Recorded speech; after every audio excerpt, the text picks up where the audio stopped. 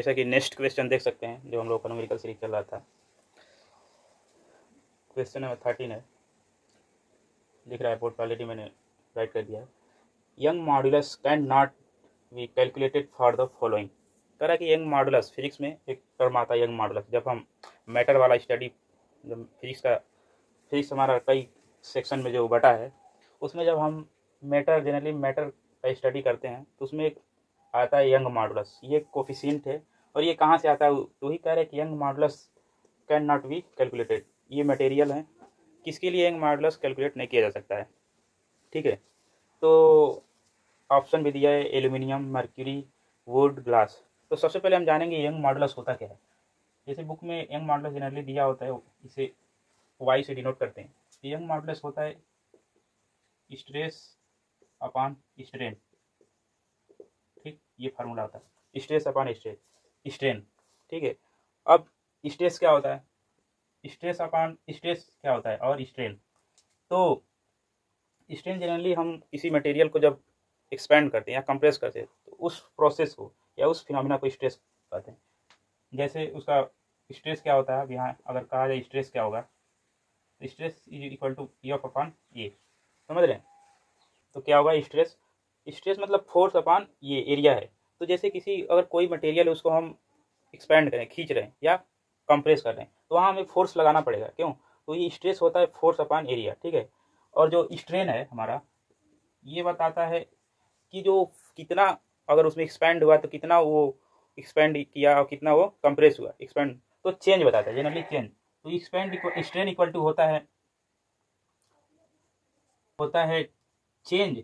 अगर कोई मटेरियल है, चाहे कोई वायर है, जो भी सॉलिड मटेरियल है, उसको खींच रहे हैं तो उसकी लंबाई में कुछ चेंज होगा, और वो ये चेंज है और वो ओरिजिनल लेंथ। तो स्ट्रेन हमारा होता है change into length and original length. तो स्ट्रेन हो गया, और स्ट्रेस फोर्स अपॉन एरिया। तो देख रहे हैं, ये हम कोई भी मटेरियल का जब ये यंग मॉडुलस निकालते हैं तो मटेरियल होना क्या चाहिए, जनरली मटेरियल होना चाहिए सॉलिड। ठीक है, सॉलिड मटेरियल का हम यंग मॉडुलस कैलकुलेट करते हैं और फाइंड कर पाते हैं, क्योंकि उन्हीं के लिए हम स्ट्रेस और स्ट्रेन फाइंड कर पाते हैं। क्योंकि सॉलिड मटेरियल जो होता है उसी को हम क्या कर सकते हैं, एक्सपेंड कर सकते हैं। अब जैसे लिक्विड को हम एक्सपेंड, लिक्विड हमारा फाइनाइट शेप नहीं है, क्यों, वॉल्यूम इसका शेप है, लेकिन इसका शेप जो है इनफाइनाइट है, लेकिन ये इसको हम एक्सपेंड या कंप्रेस कर सकते हैं।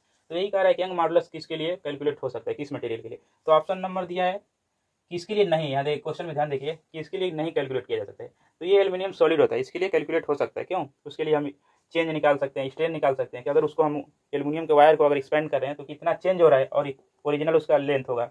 उसी तरह वो कितना किस फोर्स हम कर रहे हैं, और उसका ये एरिया होगा। एरिया मीन्स उस वायर का क्रॉस सेक्शनल एरिया। ठीक है, उसी तरह दिया है ग्लास। अब ग्लास भी हो सकता है, ठीक, उसको भी हम एक्सपेंड और कंप्रेस कर सकते हैं। लकड़ी, वो भी सॉलिड है, तो एल्यूमिनियम भी सॉलिड है, ग्लास भी सॉलिड है, वुड लकड़ी भी सॉलिड है, तो उसको भी मतलब यंग मॉडुलस कुछ ना कुछ उसकी वैल्यू कैलकुलेट कर सकते हैं। मतलब सॉलिड मटेरियल के लिए यंग मॉडुलस कैलकुलेट। लेकिन यहाँ दिया मर्क्यूरी। मर्क्यूरी क्या होता है, मर्क्यूरी हमारा एक मेटल है, ठीक है, लेकिन वो जनरली किस स्टेट में पाया जाता है, जनरली मर्क्यूरी पाया जाता है लिक्विड स्टेट में, लिक्विड फॉर्म में पाया जाता है। एक ऐसा धातु है जो लिक्विड स्टेट में पाया जाता है, मर्क्यूरी। तो कह रहा है कैन नॉट फाइंड। तो ऑप्शन नंबर हमारा बी इज राइट। तो मैं मिटाने से पहले एक और चीज़ बता दूं, कहने का मतलब लिक्विड जो है इसका लेंथ फिक्स नहीं है। क्यों, लिक्विड का लेंथ फिक्स नहीं है, इसलिए यंग मॉडुलस नहीं कैलकुलेट किया जाता। लेकिन लिक्विड के लिए एक उसके लिए भी कोफिशिएंट होता है, उसको बोलते हैं बल्क मॉडुलस। क्या बोलते हैं, जनरली के से दिखाते हैं, अदर बुक में अदर नोटेशन होगा, तो उसको बल्क मॉडुलस बोलते हैं। तो लिक्विड के लिए बल्क मॉडुलस, ठीक है, और सॉलिड के लिए यंग मॉडुलस। तो ये डिफरेंट होता है मेनली। तो ये यंग मॉडुलस का फार्मूला क्या होगा, अगर रखेंगे हम तो होगा स्ट्रेस की जगह लिखेंगे एफ अपॉन ए, और नीचे लिखेंगे डेल्टा एल, मतलब चेंज लेंथ में चेंज और ओरिजिनल लेंथ।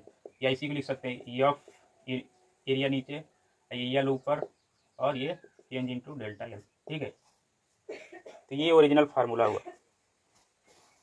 मैंने एक्सपैंड करके इसको बताया, नहीं तो क्वेश्चन ईजी है, लेकिन यहाँ पूरा डिस्क्राइब कर एक्सप्लेन किया, तो ये इसका रहा आंसर। अब देखते हैं नेक्स्ट क्वेश्चन के लिए।